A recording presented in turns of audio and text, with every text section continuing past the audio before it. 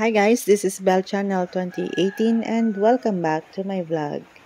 Hindi napigilan ni Vice Ganda ang mapikon sa ex-boyfriend ng Sergi sa segment nilang Especially For You. Hindi kasi nagustuhan ng It's Showtime's host ang naging pananalita nito habang inuusisa nila ang istorya ng dalawa noong mga panahong magjowa pa sila. Nakita kasi ni Vice ang pagpatak ng luha ng Sergi na si Gleyan nang sabihan ng ex na tong si Darl na umabot sa puntong ginagamit na lang niya ang dalaga para sa pansariling interes.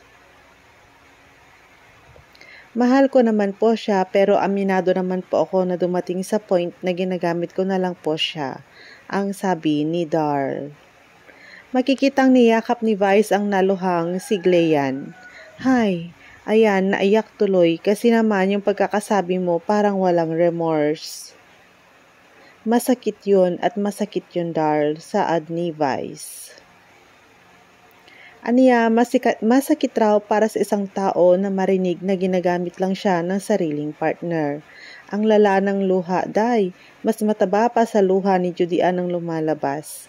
Para noon lang kabilis lumabas sa bunganga mo na ginagamit mo lang siya ang kapal mo, sabi ni Vice.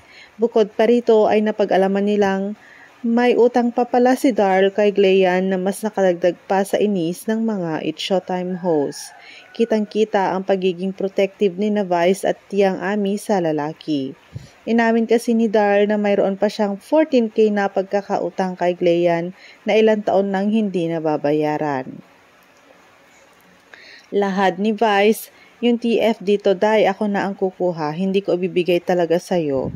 Idediretso ko sa kanya, ang kapal ng fes mo, gigil ako sa'yo. Sinundo niyang yung pika ko. Kasi nung una naka-smile si Gleyan para yung tulo talaga ng luha.